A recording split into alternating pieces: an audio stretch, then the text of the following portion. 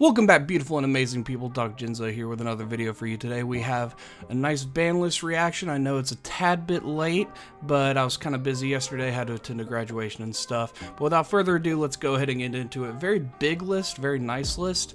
And yeah, it's definitely going to make for an interesting format with the first of the newly banned cards here, Auroradon. Auroradon, Infernoble, Synchro, Infinite basically loop.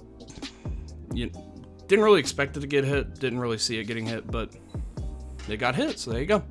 Meow Meow Moo being banned, very, very nice hit, I should say. I'm very biased because I tend to have a hard time playing against Prank Kids, but Prank Kids being able to basically run every engine right now in the metagame, like every stupid OP engine in the metagame right now, like DPE, Brave, etc., etc., and then just having one card starters, all you need to draw is one Prank Kid and you're set. It was a bit of a problem, so glad Meow Meow got hit. And then Verte, finally, everybody was wanting this guy to be gone, and he is gone, gone, gone. No more Verte, no more fusion engines aside from hard drawing the stuff, which I bet some people still try to run, but at the end of the day, good for it getting hit. Good for it getting hit. I am a fan, even though I play DPE. Anyways, and that's basically it for all the newly banned cards. Not a whole lot there, but let's see here. Now we have some unbanned cards and some newly limited cards, so let's go into that. Jet Synchron being unbanned. Now that Auroradon's gone, I suppose they don't think it's that big of an issue. I think it's still going to be a bit of an issue because it is still a really, really good card. But yeah. We'll just have to see where it goes. Monkey Board being unbanned is very interesting. Seeing Pendulums make a comeback, especially with that new link coming out in Dimension Force this weekend. So make sure to stay tuned for that. Gonna try and have some dual videos for the new stuff coming in. And then Red Rose Dragon being limited. Base needed to get hit, or some of the engines in the game need to get hit. Verte definitely shuts down a lot of engines. Red Rose Dragon shutting down the Rose engine is a bit, you know, interesting. Didn't really see it coming, but at the end of the day, it kind of makes sense, I suppose. Let me know what you think in the comments. I don't really have too many strong thoughts about it. And Yada Garasu being unbanned. The boy is free. The boy Yada is free. Don't know if they're gonna, I don't know if he already has an errata yet. I haven't really kept up, so make sure you let me know in the comments. But I don't think he's as big of an issue as he used to be, but at the same time, like, especially with some Morgan everything being gone now as well, so you can't just put him out willy-nilly. But like with oh boy, with he'll definitely see playing Flunderees that there's no errata. That much is for sure. I 100% expect that. Halka getting limited doesn't really do much. People ran him at 1 anyways. Shooting Riser Dragon, again, doesn't really do much. People ran him at 1 anyways. Change of Heart being unbanned. Now, this is interesting because of the fact everybody's freaking out about it. It's the thumbnails you see on every video.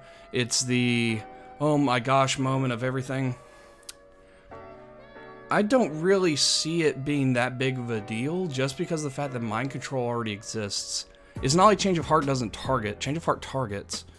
It's basically just Mind Control because you're not really I guess you get to tribute it and attack with it, which is nice, but Mind Control basically does the same thing that Change of Heart does. All this does now is add another Mind Control to the side deck or the main deck if you're running that, which, to be fair, is very good, and it's nice to be able to run one Mind Control and one Change of Heart just to kind of force the opponent, kind of force you out of playing Pankratops and force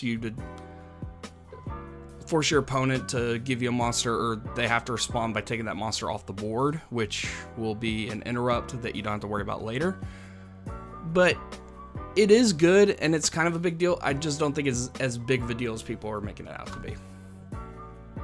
And then lastly, this is the one that I think is going to be a huge deal, especially with what's coming in the future. Time Seal. Oh boy, Time Seal, Time Seal, Time Seal. What to say about it? If you don't know what it does, it's a trap card. It says your opponent doesn't get a draw phase next turn. You go to standby. You know what that means? Can't activate anything in draw phase.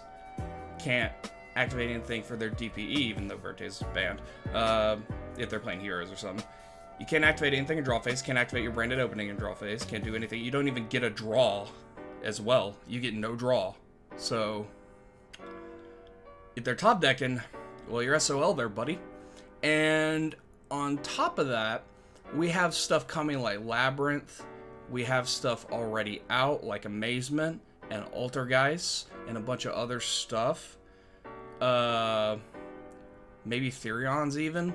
And just... how do I put this? There's a lot of traps now that copy other traps that are already out and that are coming out. Traps are getting a lot of more support, not in Dimension Force this weekend, but in Tactical Evolution. Yes, it's going to be, I think it's going to be a problem. 100%. Like, you don't get to trap trick it because it's at 1, obviously, so you have to draw it. But, again, if you're running those traps that copy other stuff as well, it's definitely going to be an issue. I don't think it's going to be as much of an issue as, say, like Verte Anaconda or something like that, but I think it's definitely going to be a mainstay in a lot of trap decks, and it's definitely going to be an issue in those decks. Now, semi-limited, newly semi-limited. Let's see, Dynamite Knight, the true Draco fighter, being semi-limited. Didn't really play around in that format too much. Let me know in the comments how good this is. Cyber Angel Benton, I didn't even see this when I first read the list. Semi-limited, was limited. Makes sense because Drytron are kind of not doing much right now. I mean, they're still a good deck. I mean, they haven't really been hit too bad, except for the Benton hit. And then now the Benton's not hit, they're probably good. And Verte is gone now. They're probably going to be seeing a lot more play, especially because of the fact that, I don't know, I'd say they might have a good matchup against Branded, because that's what everybody's playing right now. And then also Splite's coming out as well. I'm not really too familiar with what Splite does, but I heard it's very good, so we'll see how that goes. Tanky going to semi-limited from being limited. Kind of saw it coming. Wasn't going to stay on the list too long because, again, it was them pretending to hit Tri-Brigades when Tri-Brigades were an issue instead of hitting Revolt. I have a video on that if you want to watch that. Pot Desires going from semi-limited to limited. This actually surprises me a little bit because I thought they were going to either ban Pot or just keep it at 1 to make people start playing pots that they print. I guess they're not having a lot of pots being printed in the future sets, maybe, or the pots aren't going to be as good, so they're just like, oh, we'll just give it to them. I don't know. I thought it was just a money-making thing, but who knows. Trickstar Light Stage, didn't really play around this format, so I don't know how good this is. The Wall of Revealing Light, that's going to be very interesting. This card basically says you don't attack, ever. So it's basically like Miss It Mine, but a trap, to a degree. You still got to pay life points to activate it, so it's just whatever. I mean, it's definitely going to be interesting. Elwich getting a lot of love this list, especially with the Time Seal and Wall of Revealing Light, so we'll see how that goes. Lord of the Heavenly Prison as well, I'd imagine, is going to be very, very good this format. Night Assailant was limited, now no longer on the list. Again, not a lot of people running him, except for maybe like Goat, but Goat has its own list, so... Trishula no longer on the list, being limited. Again, not a lot of people play him. The restrictions on his summon are a bit iffy, so makes sense. Mirage Stalio, and we're just going to go ahead and talk about Circle here as well. Salamangreats now are pretty much at full power. It is definitely going to be interesting seeing them make a comeback. Yeah, I'm definitely excited to see them make a comeback because of the fact that they were just crapped and hated on so much by Konami with this list, and now it's just back, and it's definitely going to be interesting.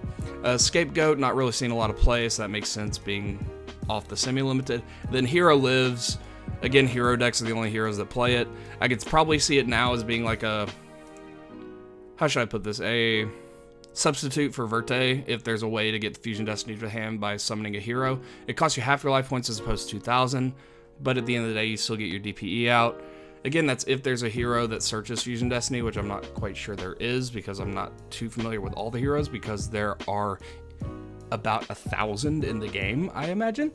But yeah, Hero Lives being off the list kind of makes sense. It's not really that big of a deal to me, shall we say. And yes, that's basically it. That is the ban list reaction Hope you guys enjoyed this nice commentary and analysis. Hope you guys enjoy your Flunderies Yatagarasu format, which is going to be very interesting. And yeah, I will catch you guys later. This is Dr. Ginza signing out. Have a good one.